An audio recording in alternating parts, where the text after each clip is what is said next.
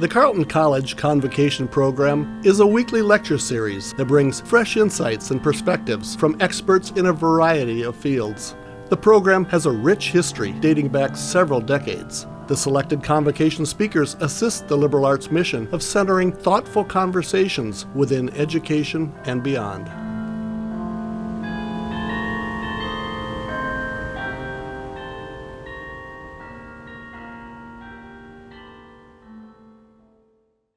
Good morning, class of 28.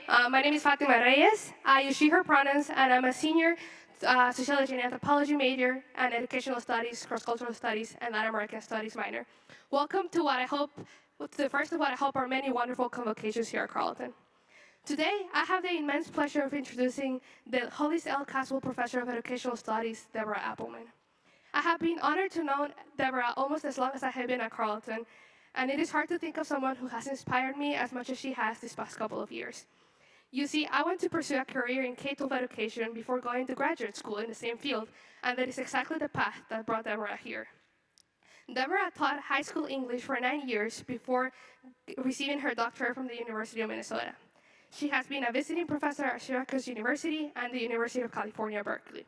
She's also the author of more than a dozen books on literacy education, including Critical Encounters in Secondary English, Teaching Literary Theory to Adolescents, for which she won the A Meade Award. Adolescent Literacy and the Teaching of Reading, Teaching Literature to Adolescents, on Common Core, and Reading Better, Reading Smarter. Her 2019 book, Words No Bars Can Hold, Literacy Learning in Prison, draws from her experiences teaching creative writing and literature classes in a high-security prison for men, where she has taught since 2007, and from where she derives some of the best and most encouraging anecdotes I have ever heard a professor recount in the classroom. In addition to a very prolific literacy and teaching career, Deborah has served in a variety of other ways here at Carleton, including mentoring and supervising student teachers as the college's second Posse mentor, and in elected committees, such as the College Council, the Faculty Personnel Committee, the Admissions and Financial Aid Committee, and as chair of the Faculty Affairs Committee. Currently, she is the chair of the Educational Studies Department and co-director of the American Studies Program, for which she has also served as director. During opening convocation last Monday, you may recall President Byerly speaking proudly of Carleton's tradition as a place that fosters open intellectual inquiry and prepares its students and faculty to engage in robust and thoughtful debate, even when it might result in scholarly disagreements or difficult conversations. This is one of the topics that Deborah covered in her most recent book, Literature and the New Culture, in which she examines current political challenges in the teaching of literature. This is also the theme of today's convocation. Repeatedly in my educational studies classes, I have heard about the importance of academic freedom to intellectual inquiry, and above all, of our willingness to be uncomfortable and dissent, for it is in those spaces of honest dialogue that the best learning occurs. In Deborah's classroom, this is true from the moment you step in. She makes a genuine effort to not only get to know her students, but to force her students to get to know each other, even if that means that we have to spend the first day of classes of the term asking each other the kind of questions that result in someone reciting a poem, doing a cartwheel, or juggling a couple oranges in front of the whole classroom.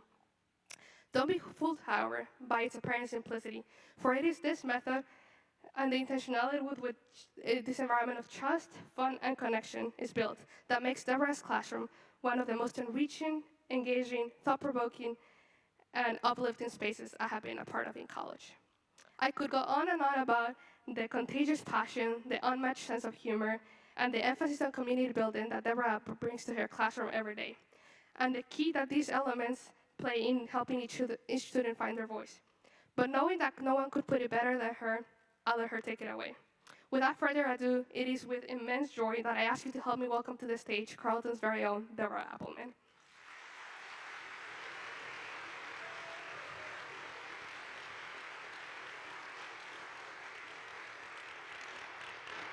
Thank you so much for that introduction, Fatima. Throughout my career, people have asked me what it's like to teach at Carleton. And I tell them that it's teaching nirvana. And when they ask me what I mean by that, I close my eyes and describe students like Fatima. Your courage, your curiosity, and your compassion really move me, and it's a privilege to be your teacher. And I want you to remember those three words because they're going to come up again: courage, compassion, and curiosity.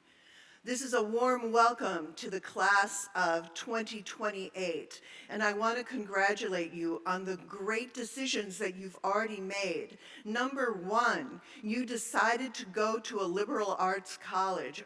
Only about 10% of undergraduates decide to do that. Number two, you decided that that liberal arts college was going to be Carleton College, and we are so grateful for that. Number three, you decided to sign up for one of these amazing A&I classes behind me. I wasn't even able to put them all on the screen. And number four, you decided to attend college with students like Fatima. Bravo. I want to give you just a brief overview of what we're going to be talking about today. We're going to be talking about the importance of comfort and the Hippocratic Oath that we teachers have. We're going to be talking about academic freedom and its importance to our teaching and to your learning. We're going to be talking about current threats to academic freedom, both external and internal.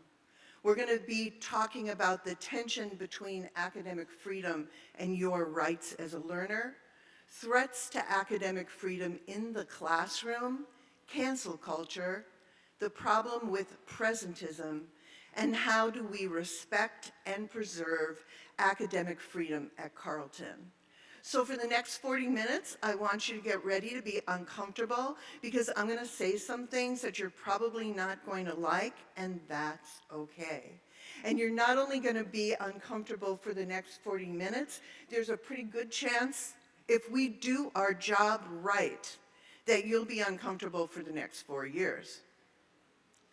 Now, before you decide that this was the wrong place for you to come to, I want to talk about our own version of the Hippocratic Oath that physicians use. First, do no harm. Because there's going to be moments where you're going to wonder if I am a cruel and insensitive person, and the answer to that is not really.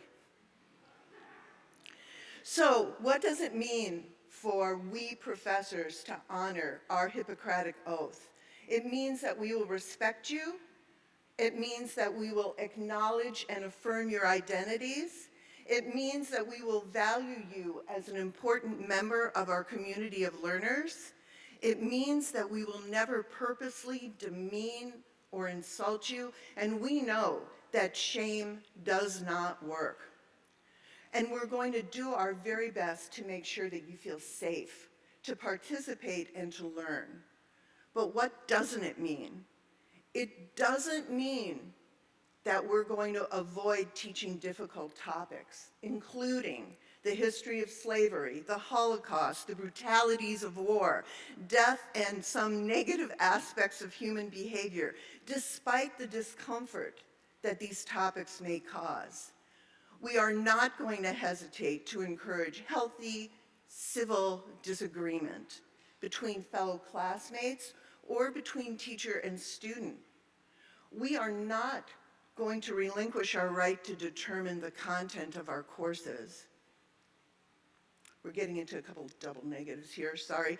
We're not going to say that we will never make a mistake, but if we do, we'll take full responsibility for it. And perhaps most importantly, we want you to be safe. But that doesn't mean that you won't be uncomfortable. And those are not the same things. So if you are not willing to be uncomfortable sometimes, our academic freedom will be threatened. And that's what I want to talk about next. What is academic freedom? Most places use either the AAUP, American Association of University Professors, or the American Federation of Teachers definition. It's based on the idea that the free exchange of ideas on campus is essential to education. It's the right of faculty members acting both as individuals and a collective to determine without outside interference the curriculum, the content, teaching, student evaluation, and the conduct of scholarly inquiry. Academic freedom ensures that colleges and universities are safe, havens for inquiry. But here's the deal. Academic freedom is not the same as freedom of speech. And that means that it's going to land differently with professors than it does with students. It is not a universal right like from the Bill of Rights. It exists to allow the pursuit of knowledge without fear of retribution from the educational setting to which faculty belong. It's not the same as free speech. And while you may question your professors, and in fact, sometimes be encouraged to do so, professors maintain the right to determine the content of class lessons and the flow of classroom discussion. Here's an important point. Classrooms are not public forums. They're not sidewalks. They're not green spaces. They're not the bald spot. They're spaces where discussion is curated by your professor based on relevance to the topic at hand. People all over the country and colleges and universities have been talking about the importance of academic freedom, and they've been, as colleges and universities are wont to do, writing statements about them, putting their rhetorical stake in them. And I want to show you a couple. Okay, before you panic and think that I'm breaking all PowerPoint rules,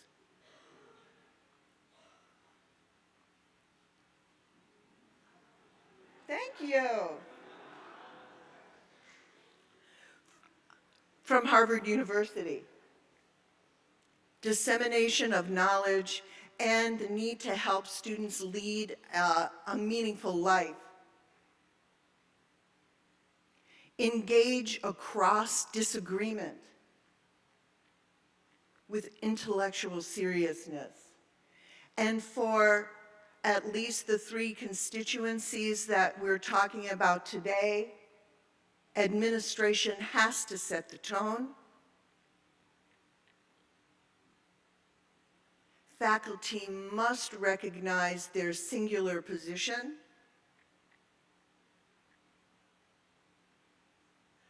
And students need to embrace the challenge of unsettling ideas with the three words that I used to describe Fatima. Now, Carleton College has joined the force, and it also has its own statement on academic freedom. This is the preamble, and I'm going to give you just a minute to read that to yourself.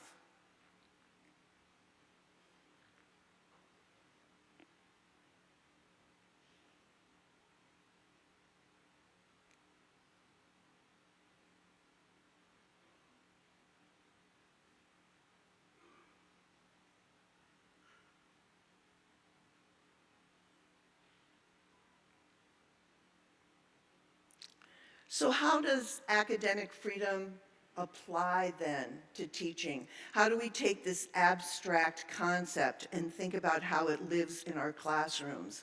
Well, academic freedom for faculty means that we have the right to select materials, to determine the approach of the subject, to create assignments, and to assess student performance in the activities for which the faculty are responsible. What does it mean for students? Academic freedom is the result of mutual trust in an academic community. If you don't trust us and what we're going to do, even if it feels uncomfortable, we will not have academic freedom at this college. If faculty can't teach with integrity, your education will be compromised. So in many ways, you, students, have the most to lose if academic freedom is threatened. Both argument, the free expression of sometimes contradictory positions, and inquiry, the ability to explore new domains of knowledge and interrogate established ones, are dependent on academic freedom. So why are people talking more about academic freedom since it's always been a foundation of intellectual enterprise in education? Well, there are some current threats. One is what I and others call the new culture wars. We'll be talking about that. Those culture wars, people objecting to certain things, turn into public pressure. And from school boards, from constituents. And that public pressure sometimes, depending on the state that you live in, turns into legislation. But in addition to those three external threats to academic freedom, there's also an internal one, and that's student expectations. So let's talk a little bit about what I mean by the culture wars. Here are some recent headlines. First, with the banning of books.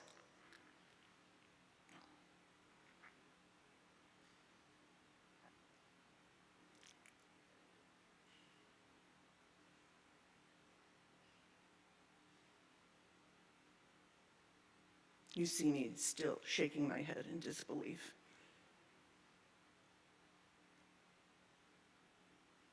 Also, not just the banning of books, but the banning of subjects.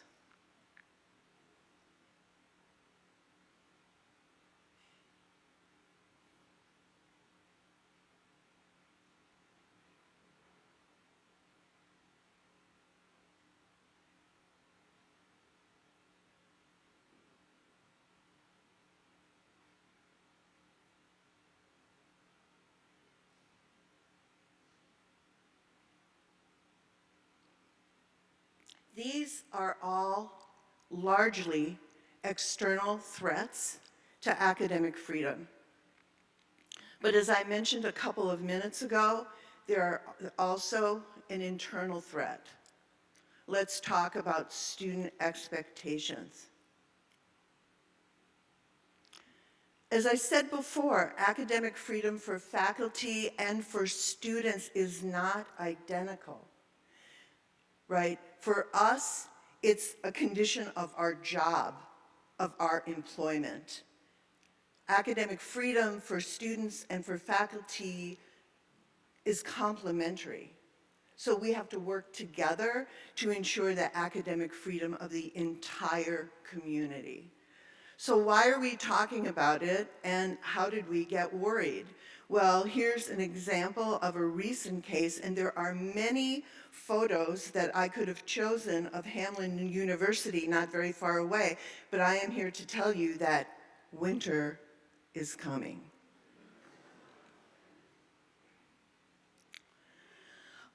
This is a case where an art history instructor in an art history class showed a painting of the Prophet Muhammad that a student found to be offensive, inappropriate, and unforgivable. What was chilling about this particular case is that for every professor that I've talked to about this, the instructor actually did everything right. She offered trigger warnings, which I'm going to, kind of trouble a little bit in a minute. She gave the student warnings. She gave the student an opportunity to opt out, to blank their screen. And she felt, as this headline suggests, that teaching with integrity means that you need to include the subject matter that you think is important to deliver your content in an uncompromised way. She felt, and many art historians agree with her, that that particular portrait was important to include. She was reported. She got fired. There has been a settlement since. We can discuss that if you like. But this particular case sent ripples, not just through the Minnesota college and university community, but through the nation as well. You'll notice that this is from the New York Times. So, we're here together. We're not on opposite sides. What are the ways in which what it is that you want to learn and how you want to learn and how we feel we need to teach come into conflict? Trigger or content warnings, discomfort with difficult subjects, cancel culture, and discomfort with disagreement. Let me talk a little bit about something that some of us call the discourse of harm. And as I'm talking about it, I want you to remember my slide about the Hippocratic Oath. We all want classrooms to be safe and productive places that you feel good to be in.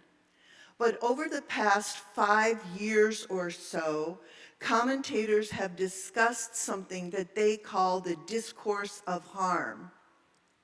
That students' articulation of what they need to feel safe, what they feel okay about learning or hearing or seeing, has sometimes overtaken the content of the class. One observer actually said that the discourse of harm was one of the most serious existential threats to academic freedom. Let me give you a couple of quick examples. In a liberal arts college not far from here, but not here, a first-year student visited their advisor because they were going to take an introduction to literature course and they wanted to be an English major, which excited the professor so much. And the student said, okay, I'm really excited to take your class, but I just need you to know something right away. I can't read anything that has death in it. I can't read anything that has family dysfunction in it. I can't read anything that has violence in it. I can't read anything with sad endings. Well, they took out the entire canon of literature in one fell swoop, and the professor said, "Ooh, not only am I afraid to report that you probably would be too uncomfortable in my class, but you might need to rethink whether you can be an English major." In my Teenage Wasteland class, where I talk about the sometimes pathological relationship between our construction of high schools and the developmental needs of adolescents, a student said to me, "I noticed that bullying and adolescent self-harm is on the syllabus." Yes, that's kind of one of the points about Teenage Wasteland, that high schools can be actually dangerous to your health and to your life. Well, I just can't read, learn, or talk about that because of my own personal experience. I said, well, on the class periods where we're talking about or showing the movie Bully or whatever, I can come up with an alternative assignment for you, and you can decide not to come. No, I mean, it's there. It's in the class, and I just don't think it should be in there. Here, on this campus, a few years ago, some students noticed that on the syllabus of one class was Toni Morrison's The Bluest Eye. Before the class even started, a group of students went to the professor and said, "We object to this book being on your syllabus, and we don't think it should be there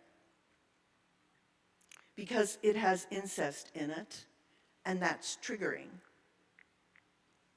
The teacher said, "Oh, you know, I mean, we haven't started together. I understand your point of view. I hope we'll be able to create the community of trust where we can navigate these troubled waters together. And by the way, if this affects any of you personally, I'll be happy to work with you in any way so that you can continue to feel safe and okay, at least in our classroom. Oh, they said, none of us are actually directly affected by this. None of us personally are victims, but there are people who are. And this indignation by proxy has been one of the things that has been a characteristic of trigger warnings. So what's the big deal? What are some reasons to oppose trigger, or what people like to call, my work in a prison makes me not want to use the word trigger, content warnings? Well, first of all, they're literary spoilers. Here's one of my favorite websites. It's called Does the Dog Die? So before you even start to read something, you can find out, what happens to Black Beauty or Lassie or your favorite character. But here's the thing. That's how literature and films work. Think about horror movies. What are they counting on? Literature is expecting and hoping for you to be surprised, saddened, and sometimes horrified. Literary spoilers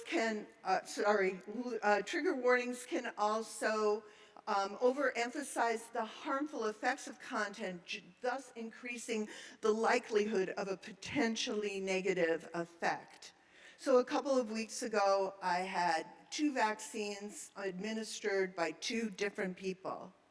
The first person said, I hate to tell you this, but this is really going to hurt.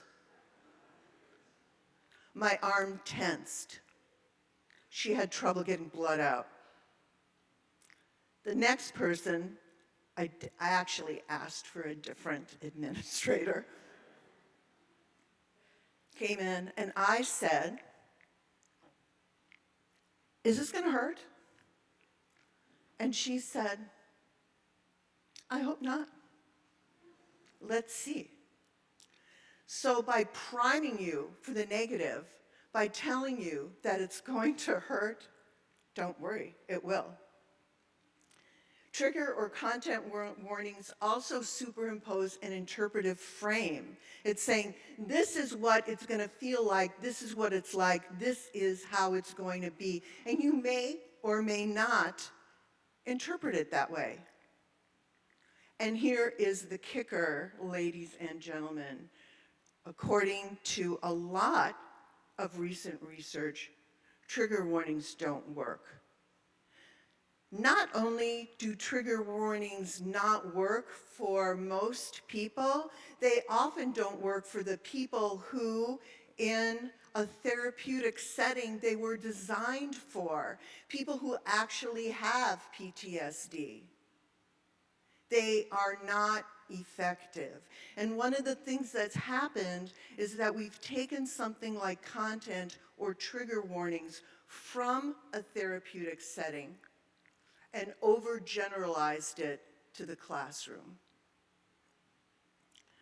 Franz Kafka says, we need books that affect us like a disaster, that grieve us deeply, like the death of someone we loved more than ourselves, like being banished into forests far from everyone, like a suicide. A book must be the axe for the frozen sea within us. That's my belief.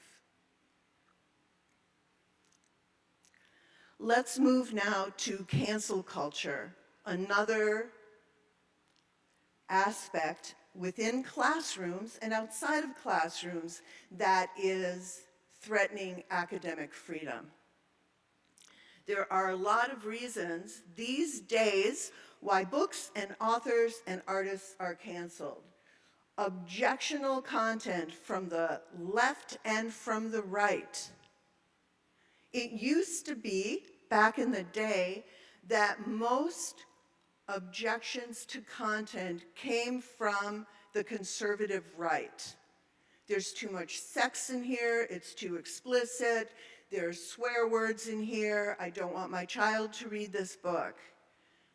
But there's an equal push from the left as well. Offensive language, again, from both the left and the right. The conduct of the artist or author, which is usually not related to the work itself.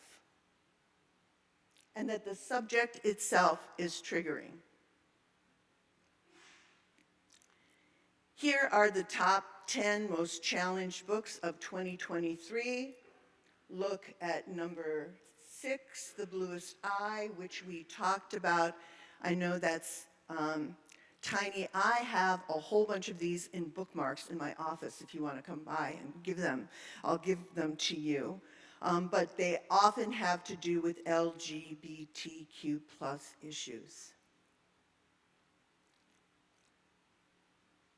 Here's some authors that have been canceled, including Dr. Seuss and Elie Wiesel.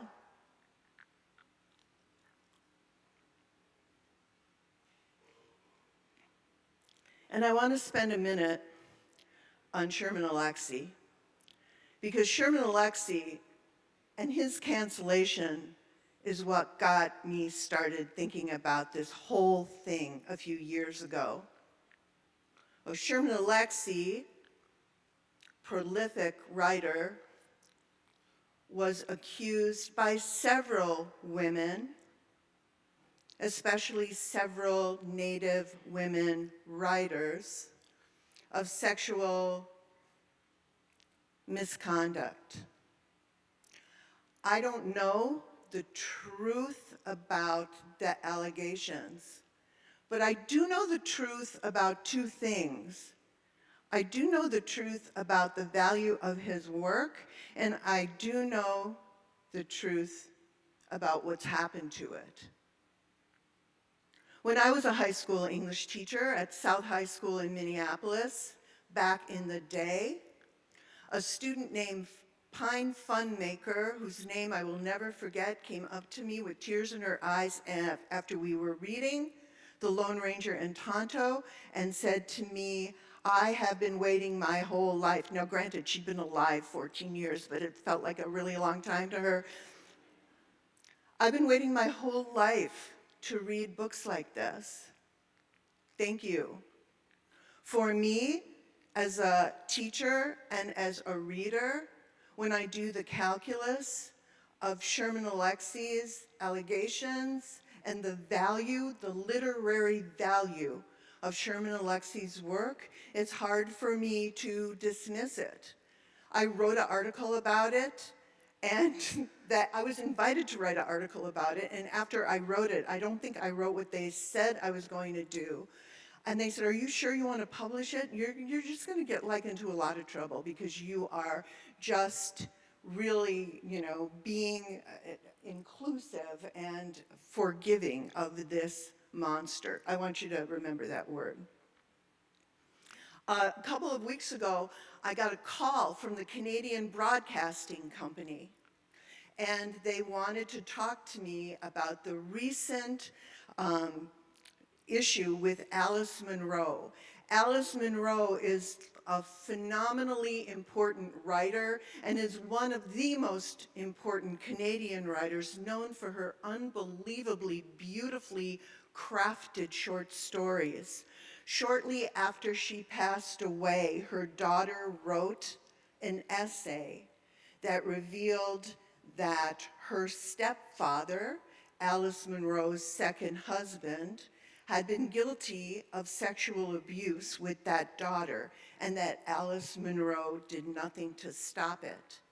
And that the Canadian broadcaster said, teachers and professors all over Canada are wondering what to do with Alice Munro's work. Should we continue to teach it or not? I almost called this talk Canceled in Canada, but decided that this one would be better. But here's what someone wrote about the Alice Munro situation. We rip the artist from their pedestal. We cast the films, music, novels, paintings, clothing that we formerly admired to the nearest cultural refuse bin. There are now scores of films we should not watch, albums we should not stream, brands we should not wear, and books we should not read.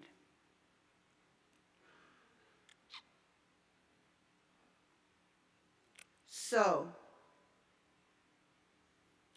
in this great book called Monsters by Claire Dederer, she asks a question that I really want you to think about, which is at the heart of cancel culture. How do we separate the maker from the made?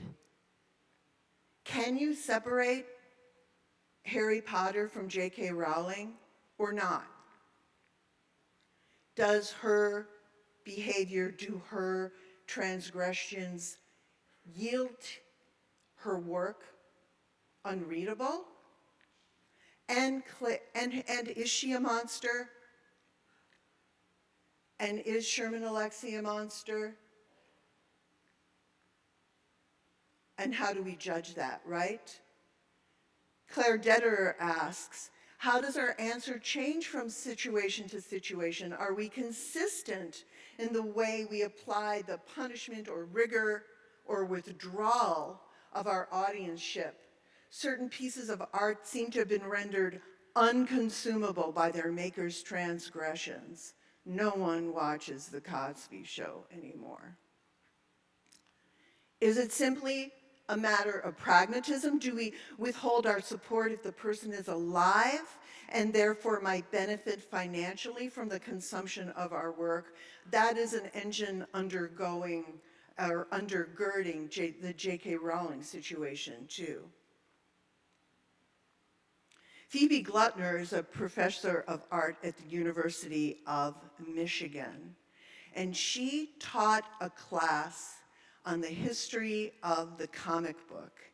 And that drawing is by Robert Crumb. And some of you may know the work of Robert Crumb because he often has very suggestive, explicit, maybe some might say nude drawings of the female body. Phoebe has been canceled at her school, but she said that when she taught a class called The History of the Comics, she could not omit him. Just like the art professor at Hamlin felt that the inclusion of that particular work was important to the integrity of what she was going to teach. She says, what does it mean when institutions voluntarily preempt the dissemination of certain ideas or types of expression? What does it mean when shallow readings of an artist's work serve as a basis for encouraging the exclusion of artwork from the curriculum or the exhibition? What does it mean when students themselves seem eager to support such exclusion? Are professors expected to participate in this quietly censorious shift in the academic climate? One of the things that is contributing to this cancellation is what my colleagues Amna Khalid and Jeffrey Snyder call the tyranny of presentism. What happens is when we read a work that's set centuries or even a century ago, we superimpose our moral compass, we superimpose our social and ethical metrics onto that world. Was Shakespeare misogynist and anti-Semitic? What do we need to know about the world in which he lived? What do we need to know about Samuel Clemens' world? We will hear people use language. We will hear people portrayed in particular ways that we find offensive, even unforgivable. But what we are doing is taking our 21st century sensibilities and superimposing them on a different world. The writer Shirley Hazard says, "It's always tempting, of course, to impose one's view rather than undergo the submission required by art, a submission akin to that of generosity or love. Your education is about you, but what you learn isn't always about you. And we need to find a way of submitting ourselves to that." Milan Kundera says, "The first step in liquidating a people is to erase its memory, destroy its books, its culture, its history, and then have somebody write new books, manufacture a new culture, invent a new history. Before long, a nation will begin to forget what it is and what it was."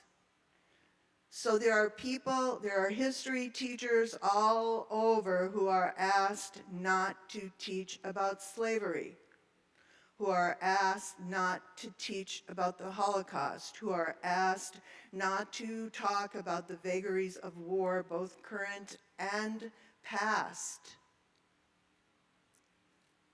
But it's important for us to learn our history, and unfortunately, our history is terrifying and atrocious and shameful. And that doesn't mean that we don't read about it, that we don't learn about it. It kind of means that we have to. So, what are the intellectual dispositions that are required for you in your A&I classes to be able to promote and sustain and benefit from academic freedom? Well, remember those three words, those alliterative words. We need compassion, curiosity, and courage. It takes a lot of courage. We need forgiveness. And if I've learned anything, Fatima mentioned that I've been teaching in a high security prison for men since 2007. The most important lesson that I've learned is the lesson of forgiveness. People make mistakes. Both Brian Stevenson and one of my favorite formerly incarcerated people, Willie Lloyd Jr. If you want to take a trip down memory lane, you can look up who Willie Lloyd Sr. was, a notorious gang member in Chicago. Willie Lloyd had very little choice about what his growing up was going to be like. They both say, everyone's better than the worst they've ever done. And it is super important, it is critical for us to know your names and pronounce it correctly. It is critical for us to know your pronouns and respect them. But mistakes will be made. Ask Fatima about the first class that we had together. We need to forgive each other. You can't just call it when someone does or says something that you find offensive. That should not be the end of your relationship with them, maybe. It should be the beginning. And trust. Trust us. That was one of the problems with what happened with the bluest eye on this campus. That professor deserved to be trusted to steward the students in a way through difficult waters. But she didn't have a chance. And willingness to experience discomfort. Louis Menard says that teachers and students are self-silencing these days.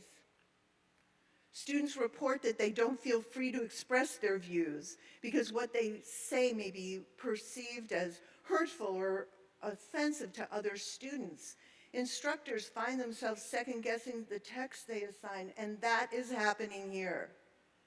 I've heard people say, you know what, it's just not where I'm not going to do that anymore. I'm just not going to teach that. It's too dangerous. Instructors worry about being anonymously or sometimes not anonymously reported, subjected to institutional investigation. And instructors and students also, needless to say, suffer trial by social media, which is one of the things that happened with that University of Michigan professor. These are not great working conditions for the knowledge business, he says. So what can we do? We can engage the controversy. In high school, in Minneapolis, a teacher and I were thinking about whether we should continue to teach Sherman Alexie. What did we do? We asked the students about it. We talked to them. We had them read articles. We told them about what was at stake. We told them about their cancellation, his cancellation. We had them vote. We gave them alternatives. They decided to read it. Scott Fitzgerald says that the test of a first-rate intelligence is the ability to hold two opposing ideas in mind and still at the same time retain the ability to function. That you need to be able to inhabit the point of view of your classmate or your professor with which you disagree. That is the true sign of intelligence. Shortly after the Hamlin incident, there was another incident. I thought it kind of amusing. This is what the New York Times called. What college is this? A left-leaning college? It's not Carleton. What is it? Yes, it's Macalester. So there was, there was an exhibit by an Iranian artist that had some explicit imagery in it that some students found really offensive. They closed it down, then they put black curtains around it, then they opened it up. And the controversy prompted one of their professors to write about what it means to care, what it means if we care for you. On the top is Macalester. Yes, it too has its own statement. But then he wrote about what he thinks care means as a professor at a liberal arts college. And he said, indeed, if a student manages to complete a Macalester education without once having their fundamental beliefs challenged or being offended, it suggests the faculty hasn't done its job properly. Our purpose as teachers is to educate our students, which is what constitutes our care for them. So as we're thinking about education and thinking about learning, and I close out, learning is intellectual, it is about thinking, it's ideological, it's about believing, and it's emotional, and it's about feeling. And it's not just about feeling the good things. It's about feeling pain. It's about feeling the things that you can barely stand to read about, but somebody else lived it. The least we can do is read about it. Here's what James Baldwin said. You think your pain and your heartbreak are unprecedented in the history of the world? Then you read. It was books that taught me that the things that tormented me were the very things that connected me with all of the people who were alive, who had ever been alive. We need to read about hard things, and we need to feel the pain. We need to feel the hurt. Amanda Gorman says, maybe everything hurts. Our hearts, shadowed and strange, but only when everything hurts, may everything change.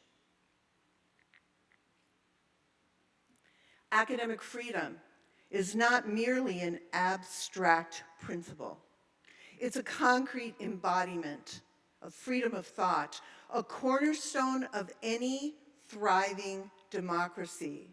It's the catalyst through which novel ideas are introduced, evaluated, and integrated into the cultural, technological, and intellectual fabric of our society. The consequences of failing to uphold it will echo through generations, which means that it's not just up to us, it's up to you. And the bottom picture is aspirationally you, class of 2028, 4 years from now. Thank you so much.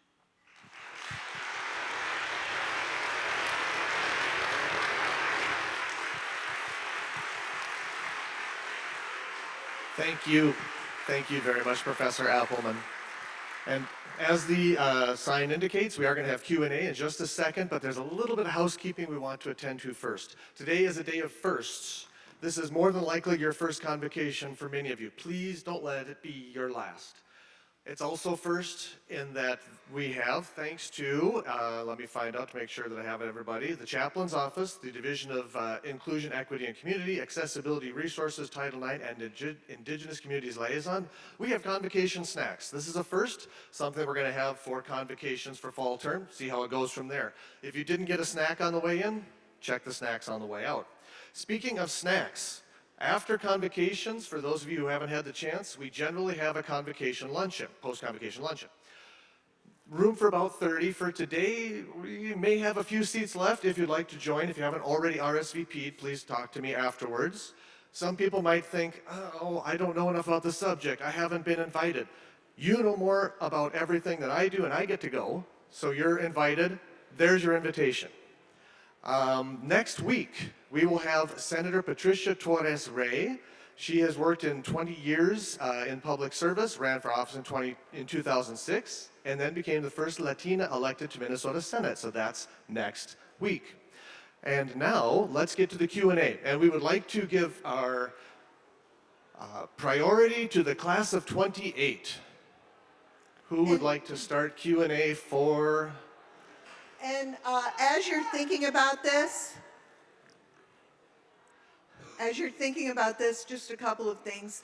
If you want to get a hold of me, Carleton has been very generous to me for the past 38 years in every way except one. I did not get my full last name in my email. And no matter how much I've asked for 38 years to just get the N, it hasn't happened. So if you want to email me, it's dapplema. I'm in Willis 106. Here are some of the books that I've referenced, either obliquely or literally in my talk, about literature and the new culture wars, a book on teaching literary theory, and I added critical race theory, and that's a teacher that I work with at Camden High School in Minneapolis, my thinking partner. And if you want to know more about Willie Lloyd and what it's like to teach in a high security prison for men, there's that. All right, thank you, Deborah. And now that the noise has subsided a little bit, perhaps we could get to the Q&A. If anyone would like to start us off, let's go right here, please.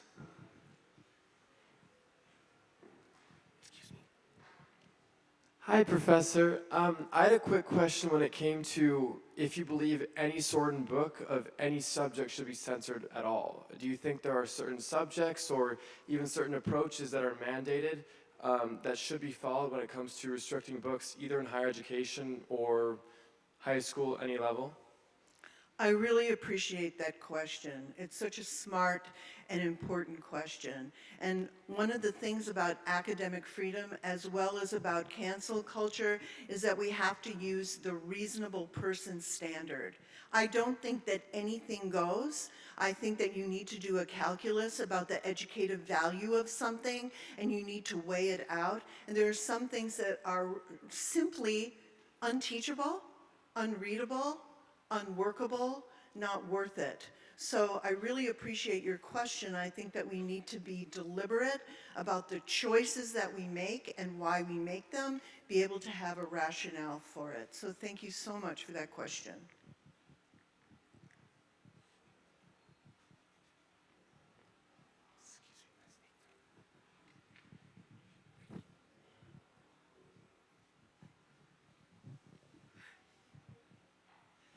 I was curious as to, in your own experience, I'm thinking of the quote from the McAllister College of, "We didn't educate you properly if you weren't offended once within your time here."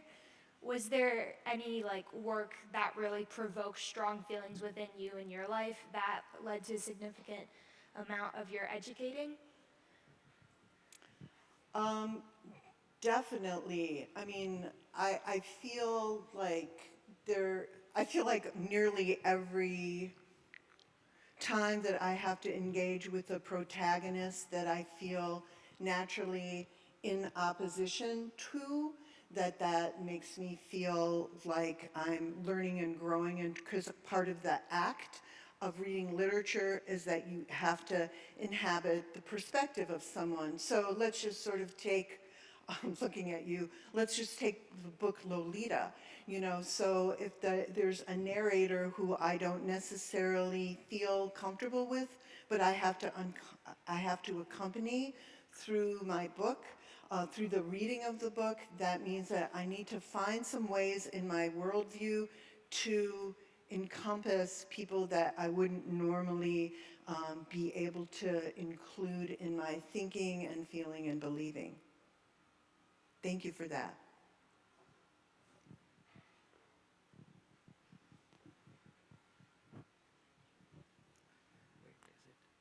Good morning, Professor. I had a question about what you had discussed about how you need to weigh the artwork's value with respect to the artist and what they have done.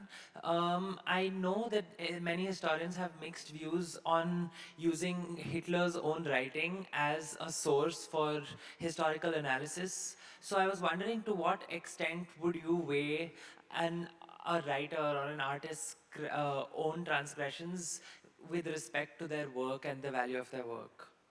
Where is that line drawn? So the line that I would draw is the difference between content and behavior that has nothing to do with the content. So in some of the examples of cancellation that I gave you, whether it was Sherman Alexie or Alice Munro or J.K. Rowling or Elie Wiesel, their reasons for cancellation didn't have anything to do with the content of what we were reading. In the example that you bravely offered, there is a symbiosis. The content is about the behavior, is about the discussion of the behavior. And I think that one of the things that's really important about all of this is that it's not up to me or even up to you to decide what is acceptable and what isn't. This is the problem with cancel culture, that it's a wholesale cultural either banishment or acceptance. I choose to continue to read Sherman Alexie. Many people disagree with me and have decided not to. So I think that each teacher needs to do a careful calculus of their class, of the work, and then say to themselves, which the art professor at Hamlin did, is there a substitute for this? I mean, people have talked about Tommy Orange, for example, as a substitute for Sherman Alexie. Is there a substitute for this particular painting that would do the work, that would do the interpretive work? Is there a way that we can learn about the history of the United States without talking about the history of slavery? Or is there a way that we can learn about World War II without learning about Hitler and what he said? So I think that it needs to be individually decided, but one of the things that bothers me is that it feels like it's being culturally decided. Do you feel okay with that answer? Okay.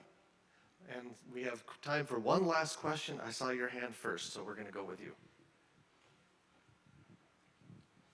This kind of goes on the does the dog die part of your speech. I've seen some discussion of more general warnings versus specific trigger warnings. What are your thoughts on, is there is a general warning like this content contains sexually explicit or explicitly violent material always superior to more specific trigger warnings? Yeah, that's a really fair question, and I thank you for it. And that is something that I do. This may be hard to hear, I might say, or this may be hard to read, or without going necessarily into the content or have it be a warning. But what all teachers do is kind of like what you do with your students before they enter the material is the more important in many ways than what you do while they're entering the material, before, during, and after. So when you have to think pedagogically about what are the ways in which your class may be able to inhabit something, I think that general, I'm trying to think of a different word than warnings, and maybe you could help me with that, but just kind of saying, what's up, what's coming up. I always do a preview, so maybe it could be a specific kind of preview in a way. Thank you for that. And on that, we need to conclude. Thank you, Professor Thank you. Appleman, very, very much, and thank you all for being here.